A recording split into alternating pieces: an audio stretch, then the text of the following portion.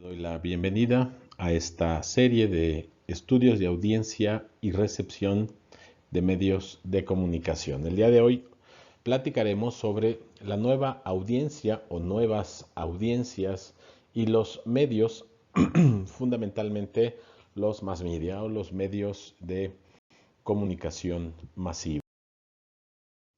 Referimos algunos datos de este documento que presenta Reinaldo Cruz Zapata de la Universidad Nacional de Piura, de la Escuela de Ciencias de la Comunicación Social, Organización y Gestión de la Empresa Periodística. Muchos años y que aún todavía se sigue viendo, pero ahora esta es la tendencia, justamente una digitalización en el manejo de la información a través de los medios y consecuentemente la recepción que se hace de estos. ¿Qué es la audiencia? Es un concepto social que se construye para determinar la manera de interacción o interrelación que tiene las personas o los audientes, los receptores, eh, con los medios de comunicación. Medios masivos de comunicación y a lo mejor medios no tan masivos, pero sí cuyos públicos más o más menos determinan o confluyen una cierta masa.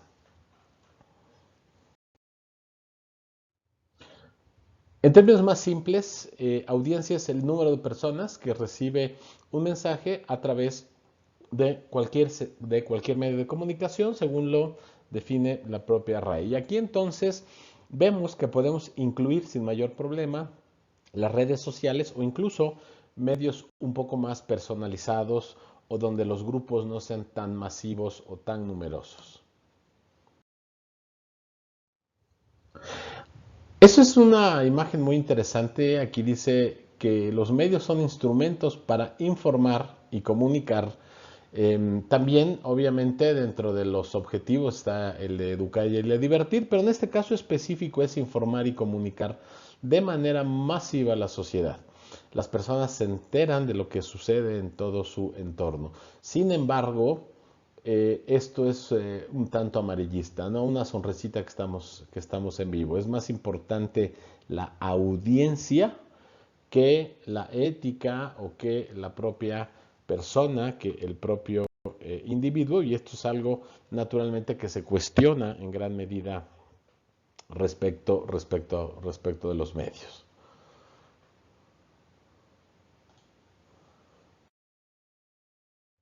La nueva era de la comunicación, con toda la tecnología y los avances que ha desarrollado, como podemos ver aquí, la complicación de estar leyendo el periódico y tener aquí tabletas y aparatos celulares, conduce a audiencias mucho más pasivas del pasado interactuar con los medios en una forma más activa. Era muy difícil aquí, por ejemplo, el que tú le escribieras a esta revista o a este periódico.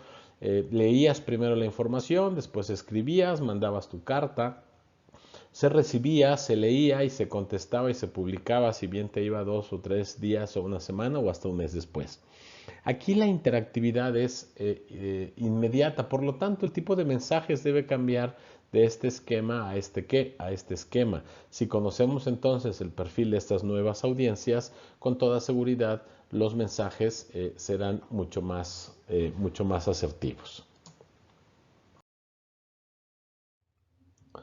Existen 4 fases históricas de la teoría de efectos que demuestran el cambio en la sociedad y la manera en la que se interactúa con los medios a lo largo de la historia. Esto no quiere decir que son las únicas teorías con las que se cuenta o con las que se dispone para poder explicar este fenómeno, pero sí quizá pues las más relevantes o de alguna manera las más significativas. La primera es la teoría de los efectos todopoderosos en los primeros años del siglo pasado. Y aquí esta teoría de la aguja hipodérmica, donde el receptor es nulo, todo lo que le dicen, la manera en la que se lo dicen, lo compra, lo asume y se queda ya como parte de ese constructo sin cuestionar, sin ni siquiera dudar de eso es cierto o no lo es. Se entra a una segunda etapa ya cercano a al medio siglo. Y aquí los medios afectan a la audiencia a través de mediadores. Por ejemplo, podemos ver aquí en esta imagen donde la hija dice, mamá, papá, la tele acaba de decir que somos todos una panda de subnormales, ¿no? Un grupo de subnormales. Pues entonces será que es verdad porque lo está diciendo la televisión y porque aquí ya empiezan a influir estos mediadores que son los que llamamos líderes de opinión, que son las figuras que en teoría recogen lo que la ciudadanía piensa y lo transmiten a través de estos medios, que en muchos de los casos ciertamente suele resultar un tanto manipulado. La tercera teoría o la tercera fase nos habla del redescubrimiento de los medios poderosos. Los medios influyen en las actitudes, en las emociones, en las opiniones e ideologías del público y de alguna manera se empieza a ser mucho más participativo y mucho más crítico. Pero sin duda es a partir de la cuarta fase donde la teoría de la influencia negociada de los medios aumenta el poder de la audiencia. ¿Qué hacen las audiencias con los medios? Aquella famosa teoría de la agenda setting, donde los medios eran los que proponían justamente la agenda, es decir, los temas de mayor interés para la ciudadanía, resulta que ahora pudiéramos pensar que son las audiencias las que están empezando ya a demarcar justamente esa agenda o esos temas de los que se quiere informar. Y podemos ver aquí en este esquema, ¿sí? Estos cuatro elementos, audiencia, tiempo, organización y valor, como los hábitos de consumo, ¿sí? Se hacen en función, o más bien se diseñan los productos y servicios en función de los hábitos y contextos del consumo, lo que la audiencia determina en la permanencia del tiempo que los va a conseguir. No olvidemos también la escasez, el valor que se le da. Entre más escaso, el valor es mayor. Y el desplazamiento de la cadena de valor, la gente pide calidad y pide marca. La masificación quizá cada vez se está reduciendo porque la gente, ¿sí? Las organizaciones están dándole más valor a través del tiempo a sus audiencias. La unicidad en los productos, el venderles estilos emocionales que identifican a las personas, cada vez se ha convertido en un acto más recurrente. Aquí tenemos, por ejemplo, el método de Wikileaks. Dice, ¿cómo obtuvo y reveló 250,000 piezas de correspondencia diplomática de Estados Unidos? Y obviamente el acto más reciente, el Panama Papers, que es justamente el mismo contexto, pero más hacia lo latinoamericano. Una red mundial de informantes enriquece una base de datos y de ahí es posible obtener información. Ahora podemos obtener información prácticamente de lo que nos dé la gana. Ahora, surge esta red mundial de informantes y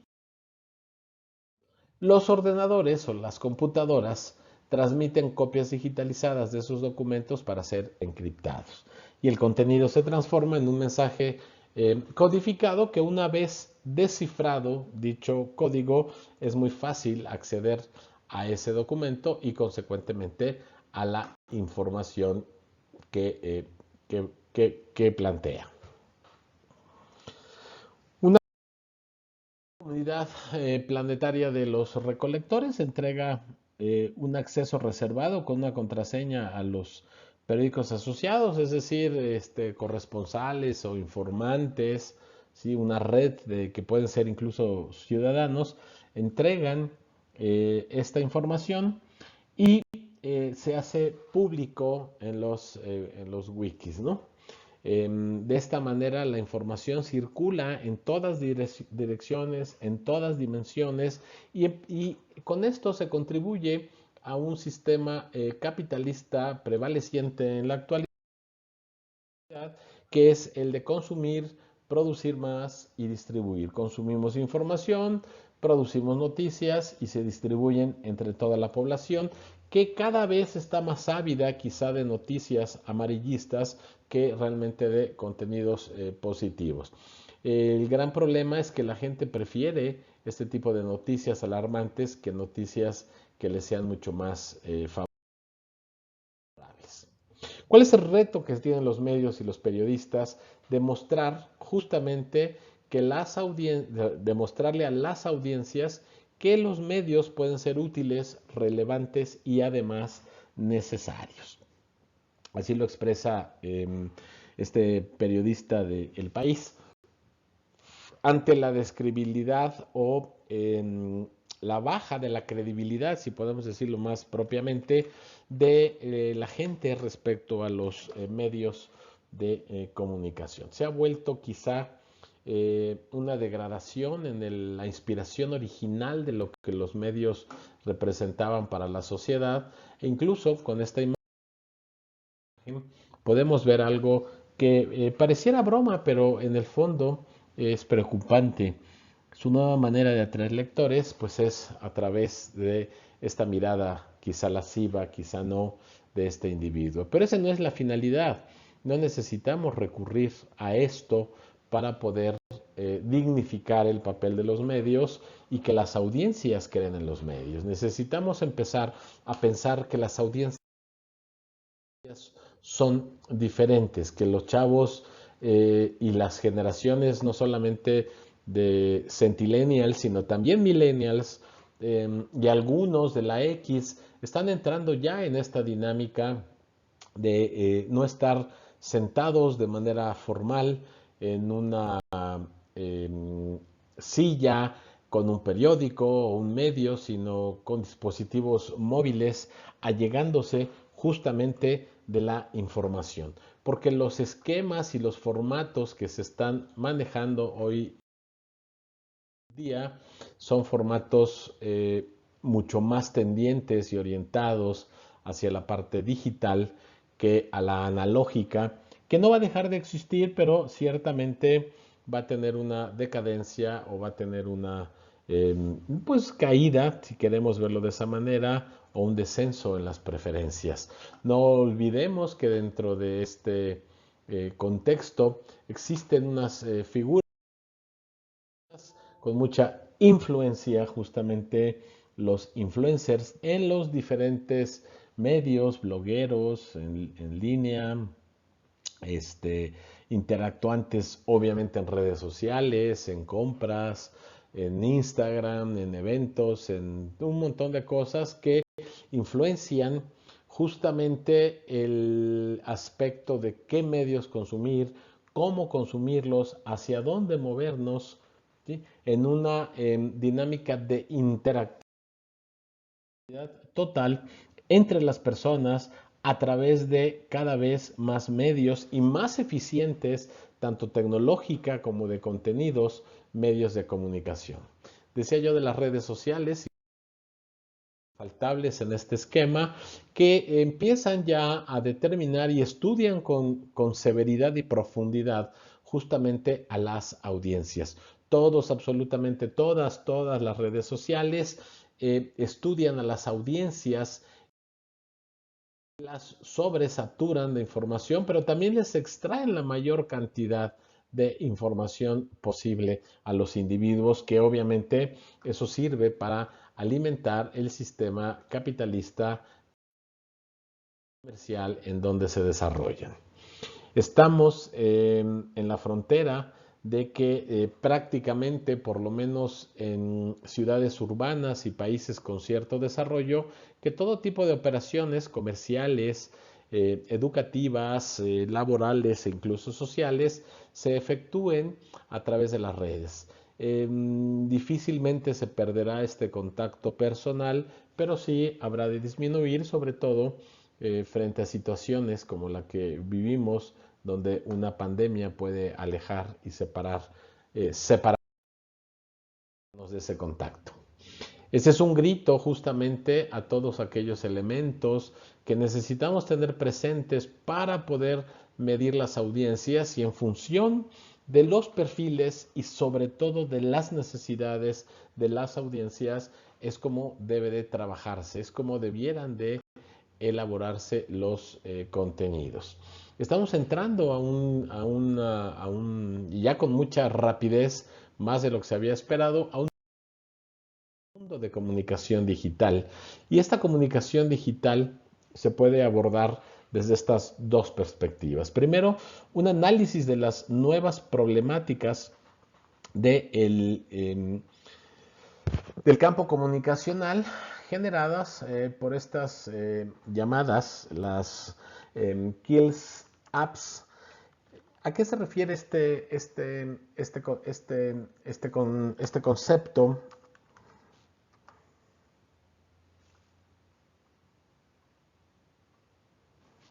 Este concepto tiene que ver, me detuve un momento porque pronunciaba yo kill, pero no, en realidad está bien escrito, son killer apps. ¿Qué es una killer apps? Decíamos, bueno, su traducción literal sería una aplicación pues asesina, ¿no? Que más bien sería como una aplicación estrella, justamente.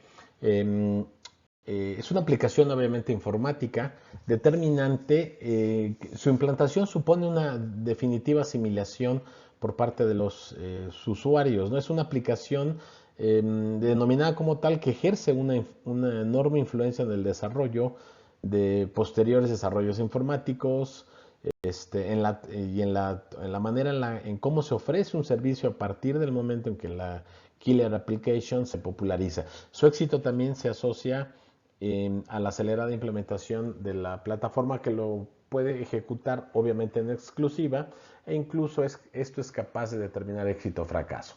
Y el otro es aportar miradas académicas integradoras que nos permita precisamente comprender estos fenómenos para proponer soluciones que nos lleven a repensar las estrategias de generación de contenidos que se están llevando a cabo en los formatos tradicionales para irlos adaptando a estos formatos digitales. Con esto llegamos al final de esta presentación. Espero no te haya resultado muy cansada. Te mando un abrazo y te miro en el siguiente. Gracias. Chao.